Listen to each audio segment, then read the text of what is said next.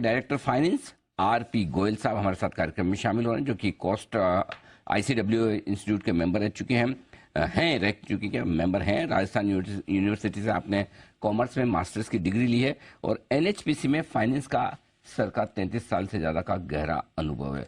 Sir, operationally numbers बहुत अच्छे दिख रहे हैं। पहले तो गोयल साहब बहुत बहुत स्वागत है सर आपका, धन्यवाद हमें समय लेने के लिए। नमस्कार सर। नमस्कार जी सर, नंबर्स बहुत जबरदस्त हैं। ऑपरेशनल परफॉर्मेंस मार्जिन 38% के पार। सर, ये मार्जिन में इतना बड़ा कमाल कैसे हुआ, बताएं सर।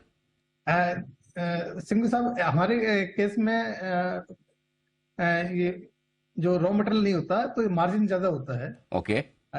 हमारे केस में केवल एम्प्लॉय कॉस्ट और फाइनेंस कॉस्ट और अदर एक्सपेंसिव होते हैं, तो इसलिए मार्जिन ज्यादा दिखाई देता है। लेकिन पिछले साल 28%, इस साल 38%, 10% बढ़ा है, तो कौन सी कॉस्ट कम हुई? हमारी एम्प्लॉय कॉस्ट कम हुई है, फाइनेंस कॉस्ट भी कम हुई है और हमारी थोड़ी जनरेशन भी बेटर है। ओके, तो चलिए, कॉस्ट कम होने का फायदा साफ दिख रहा है। अब सर ये बताएं कि मार्जिन कितनी उम्मीद रखी जाए, कहां मेंटेन कर पाएगी एनएचपीसी? 40% यहां से भी और सुधर सकता है या ये ठीक है लेवल? इसी लेवल पर रहेगी। इसी लेवल पर रहेगी, चलिए बहुत बढ़िया है।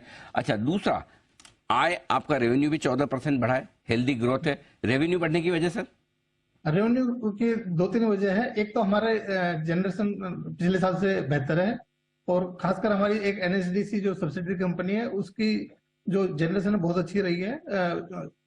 जो लास्ट 2600 मिलियन यूनिट थी उसकी जगह वो 1400 मिलियन यूनिट उसने जनरेट किया है, तो हमने उनसे बेटर डिविडेंड लिया है और खर्चे कम हुए हैं, ये भी एक वजह है। तो ये सबका मिला के जो हमारा वो प्रॉफिट है वो बढ़ के आया है। लास्ट ईयर से हमें करीब 12% प्रॉफिट बढ़ गया है। बिल्कुल ठीक बात है, तो लास्ट ईयर से 12% आपका प्रॉफिट बढ़ा है। फिलहाल आपका कैपेसिटी यूटिलाइजेशन क्या है ये बताएं सर। और दूसरा, कोई एक्सपेंशन प्लान, कुछ नया कैपेक्स कर रहे हैं आप? जी, हम इस साल 10,000 करोड़ का हमने कैपेक्स प्लान किया है और अगले 8 साल 10 साल में भी हम इसी रेंज में 8 से 9,000 करोड़ रुपए का एनुअल बेसिस पे कैपेक्स करेंगे। और जो कैपेसिटी एडिशन की बात है, अभी हमारे 7,000 के तरह की मेगावाट की जो कैपेसिटी है, इंस्टॉल्ड कैपेसिटी, वो 2027 तक हम इसको डबल से ज्यादा कर देंगे। हमारे जो 8 प्रोजेक्ट अंडर कंस्ट्रक्शन है ये सारे 2027 तक पूरे हो रहे हैं एक करके, और 2032 तक हम जो कैपेसिटी है वो 22,000 मेगावाट हो जाएगी हमारी इंस्टॉल्ड कैपेसिटी। और अभी सर कैपेसिटी यूटिलाइजेशन कितना है? पूरा 100% फुल चल रहा है सर? जी जी, हमारे पूरी डिमांड है हमारे केस में। हाइड्रो चूंकि ये जो इसकी डिमांड की भी कोई कमी नहीं है, तो हम पूरा कैपेसिटी यूटिलाइज कर रहे हैं। अच्छा, अभी जो प्रोजेक्ट आपके बन रहे हैं, ऑलरेडी अंडर कंस्ट्रक्शन है, उन पे जानकारी दे। हाइड्रो, विंड, सोलर, इन तीनों स्पेस में किस तरह के प्रोजेक्ट्स आप बना रहे हैं? जी, हम हाइड्रो में 8 प्रोजेक्ट कर रहे हैं जो 2024 से लेकर के 27 के बीच में सारे कमीशन हो रहे हैं एक करके, और इसकी जो कैपेसिटी है वो 6500 मेगावाट के करीब है। और जो सोलर में हम अभी 1200 मेगावाट पे काम कर रहे हैं। 1000 मेगावाट तो अंडर कंस्ट्रक्शन आ गया हमारा, और 200 मेगावाट का हमने बिड अभी गुजरात में जीती है, जो कि हम जल्दी ही ईपीसी कॉन्ट्रैक्ट अवार्ड कर देंगे। तो 1200 मेगावाट हमारा अंडर कंस्ट्रक्शन इस साल में 1000 आ चुका, 200 आने वाला है। और बाकी भी हम जो फ्लोटिंग सोलर वगैरह पे उड़ीसा और बाकी स्टेट में काम कर रहे हैं। तो ये आपके लिए इंटरेस्टिंग कुछ और नए प्रोडक्ट जो अब शुरू होने की तैयारी में। इस वक्त डेट कितना है कंपनी पर? और चूंकि आप बड़े एक्सपेंशन प्लान की बात करें कि हर साल आप बड़ी कैपेसिटी जोड़ना चाहते हैं, तो डेट कम कर पाएंगे या थोड़ा और बढ़ने के चांसेस हैं सर? सिंह साहब, अभी हमारा जो डेट इक्विटी रेशियो है 0.8 है और हमारा जो डेट का अमाउंट 27,000 करोड़ के करीब है।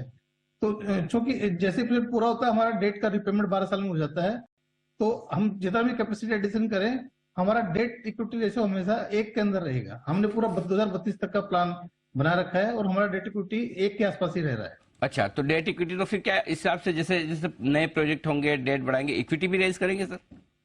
इक्विटी के लिए हम जितना 30% इक्विटी हमें चाहिए होती है, जितना कैपेक्स करें, तो 10,000 करोड़ का कैपेक्स के लिए 3,000 करोड़ की इक्विटी हमें चाहिए। तो हमारा इंटरनल सोर्स से हमें सफिशिएंट रहेगी और इक्विटी रेज करने के लिए कोई जरूरत नहीं पड़ेगी। हाँ, तो कैश फ्लो आपके बड़े स्ट्रांग है और खुद क्योंकि आपके प्रोजेक्ट्स कमाई कर रहे हैं तो वहीं से काम आ जाएगा आपका पैसा आगे के एक्सपेंशन के लिए। गोयल साहब, बहुत बहुत धन्यवाद सर, आपने समय दिया और एनएचपीसी के इन दमदार नतीजे पर आपने हमारे दर्शकों से बात की। Thank you so much sir.